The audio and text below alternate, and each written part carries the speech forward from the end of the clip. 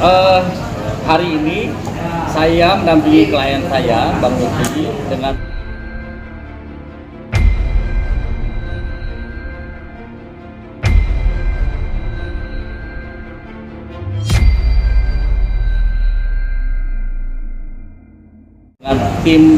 sejumlah tim kuasa mendatangi kantor Kementerian Komunikasi, Telekomunikasi dan Informatika ya, Kemenkominfo Republik Indonesia.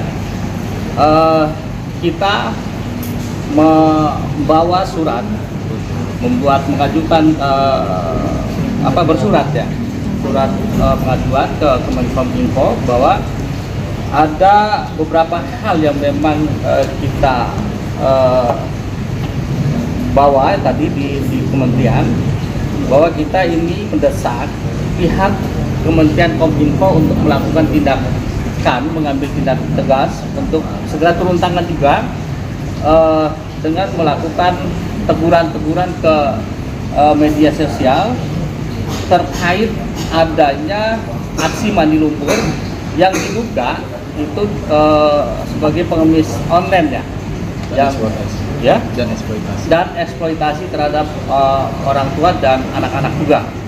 Baru-baru ini kejadian, kita juga sudah, ini sebenarnya aksi ini adalah tindakan lanjutan dari kita, laporan kita yang ada di Polda Metro Jaya.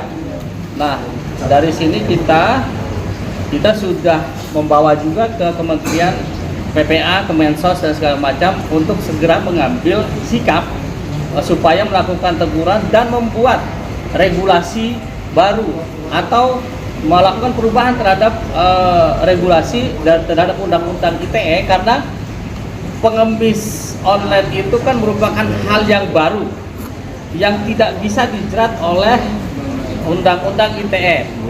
Nah, di KUHP pun itu tidak bisa, mungkin kemungkinan besar itu sangat kita juga minim lah ya harapan kami untuk penindakan yang dilakukan terhadap KUHP yang pasal 504 yang mengemis di muka umum.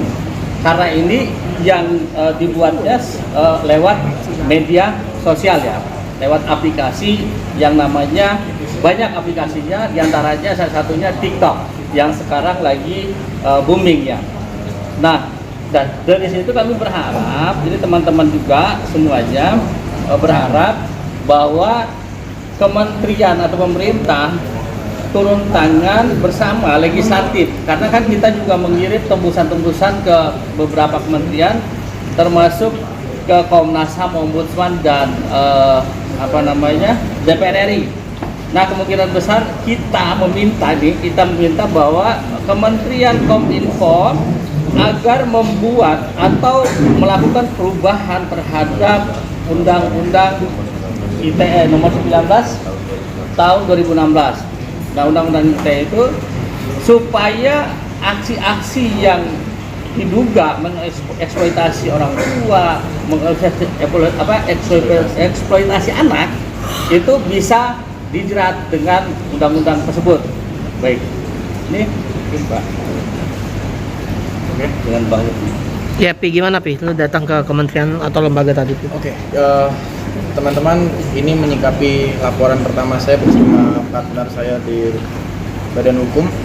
Ini adalah bukti niatan saya dan keseriusan saya bukan untuk panjat sosial, tapi untuk mencerdaskan bangsa dan memotong tali pengemis online, di mana banyak yang mungkin menganggap ini adalah mencari panggung, pansos ataupun apapun. Tidak, saya jawab ini tidak. Saya akan menindak tegas dan mengusut tuntas bagaimana ini bisa dijaga dan dipotong tidak terulang lagi. Berdasarkan laporan yang saya sudah buat tanggal 21 di Polda Metro Jaya, mendapatkan respon positif, bahkan sampai ke Mabes Polri, Kabar Reskrim menyatakan bahwa anggota Polri segera menyikapi laporan pengemis online yang lagi marak. Nah, tapi masalah yang terbesar bagi saya adalah KUHP 504 ini. Mungkin bisa di-zoom ke teman-teman. Ini adalah tindak pidana mengemis di muka umum. Masalahnya, pengemis di muka umum ini membalutnya di sosial media, yang dimana UIT-nya tidak diatur. Yang saya khawatirkan adalah generasi bangsa kita ke depannya adalah gua ngemis aja, tapi di sosial media toh nggak ada hukumannya, tidak melanggar, tapi mau dibawa kemana generasi kita?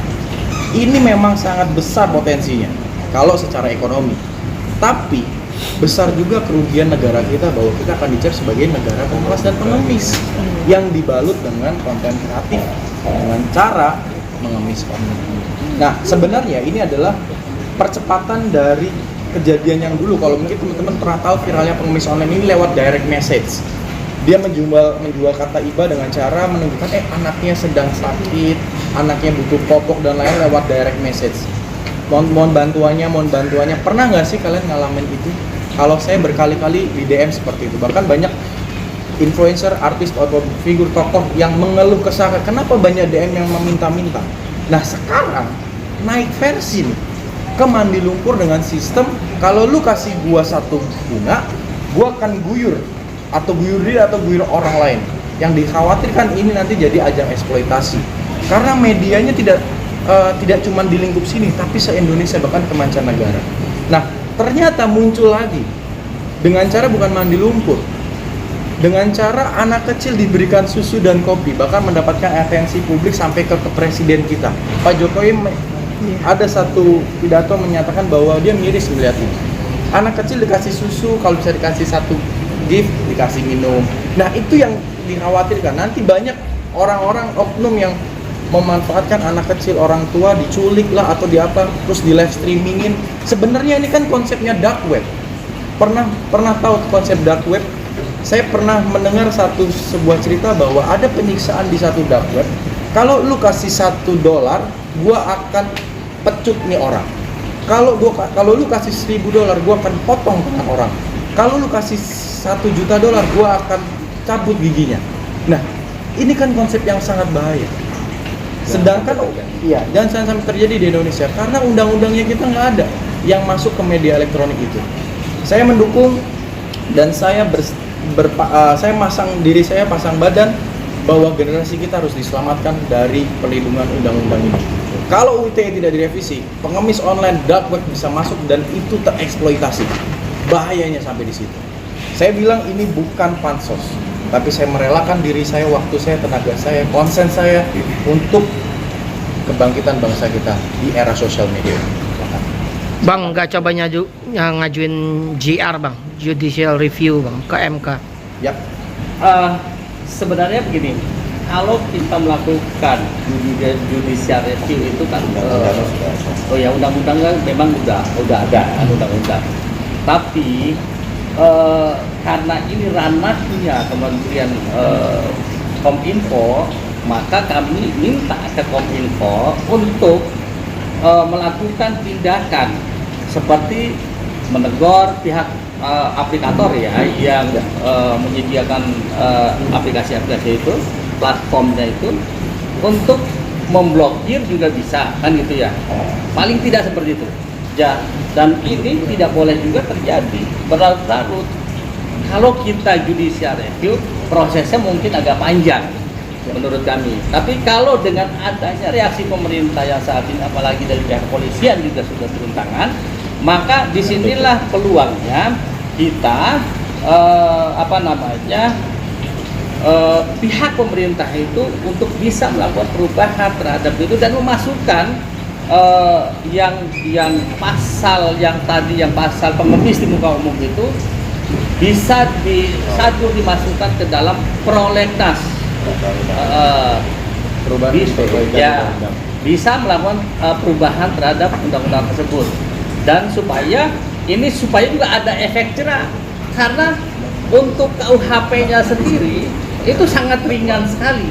Itu orang itu tidak bisa ditahan karena ancaman hukumannya cuma 5-6 minggu, itu tindak pidana ringan. Ya. Jadi artinya tidak ada efek jerahnya ke sana. Ya. Nah, bisa-bisa pasca kita juga membuat laporan itu menjamur lagi. Betul. Sampai hari ini masih ada.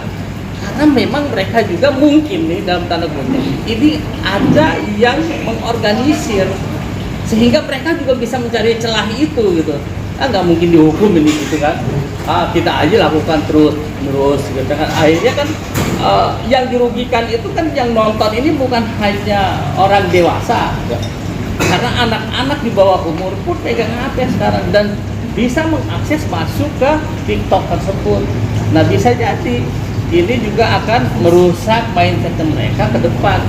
Jadi ya generasi kita ya dicap sebagai generasi pengemis nanti sama orang luar. Dan yang saya khawatirkan sebagai konten kreator juga, ditakutkan promosi brand nanti itu masuk ke influencer, ke digital creator dengan cara tolong promosi dengan cara yang viral nih. Misalnya ada perusahaan A yang minta tolong gue mau endorse lu, gue mau iklan dulu, tapi konsepnya lu bikin mandi lumpur ya, karena yang lagi viral kayak gitu. Semua brand-brand yang masuk ke konten kreator atau influencer pasti mengikuti tren marketingnya. Setuju nggak? Banyak yang waktu itu tren marketingnya adalah, mohon maaf, giveaway-an, diikutin tuh. Terus ada tren marketingnya adalah jadi gembel-gembelan, gembel online atau ngeprank-ngeprankan. Nanti jangan sampai brand-brand masuk karena ini tidak melanggar UU ITE. Ya udah, mereka meminta dipromosikan dengan parodikan mandi-mandi lumpur. Apa nggak itu dimanfaatkan, Bang? Karena image-nya sudah tadi pengemis online, nanti bisa didampak. Wah, Bang, lagi mau ngemis ya berbalut nge-review HP. Karena disalahgunakan yang tadi. Terus yang saya sangat khawatirkan lagi adalah jadi sarana eksploitasi iba, eksploitasi orang tua, eksploitasi kemiskinan, eksploitasi anak kecil demi gift dan koi, karena UITE-nya nggak ada. Saya minta sekali lagi, saya tekankan bahwa DPR harus merevisi UITE, memasukkan pengemis online terdapat di KUHP 504 versi UITE, karena UITE hanya perjudian, pornografi, asusila, penipuan, transaksi yang bersifat online, tapi pengemis online tidak. Berbicara konten mandi lumpur ini, dari mereka itu gua pakai modal, gua pakai otak. Ya. Sebagai reviewer saya mungkin gue ya. Yes. Jawabannya seperti apa? Ya itulah, orang ngemis di pinggir jalannya pakai modal. Dia harus memodalkan diri datang ke suatu tempat. Dia harus memodalkan diri untuk beli baju yang gembel. Atau dia harus jalan naik transportasi. Semuanya pakai modal. Tidak bisa dalilnya seperti itu. Tapi kalau misalnya dia berdalil ada ini challenge, ya inilah trikinya. Kalau lu kasih gua satu barang, satu gift yang mawar atau yang singa, gua akan lakukan ini. Yang dikhawatirkan adalah kalau ini merugikan atau mengeksploitasi orang. Karena kemarin terjadi seperti itu. Ada nenek-nenek atau ibu-ibu datang, aku mau cobain dong 1 jam live di sini. Bahasanya mau sama mau. Tapi setelah mencoba, dapatnya 1 miliar bos, 1 bulan. Belum tentu si nenek itu dikasih 1 miliar. Kalau cuma dikasih 1.500.000, apakah itu tidak eksploitasi terorganisir dan terstruktur? Apakah nanti kita akan muncul digital agent untuk eksploitasi gift? Ini profesi baru kalau tidak melanggar ITE. Tapi kalau ini melanggar ITE, jelas ini pengemis online yang terorganisir, terstruktur, dan terencana. Masif. Berarti ini berawal dari konsepnya yang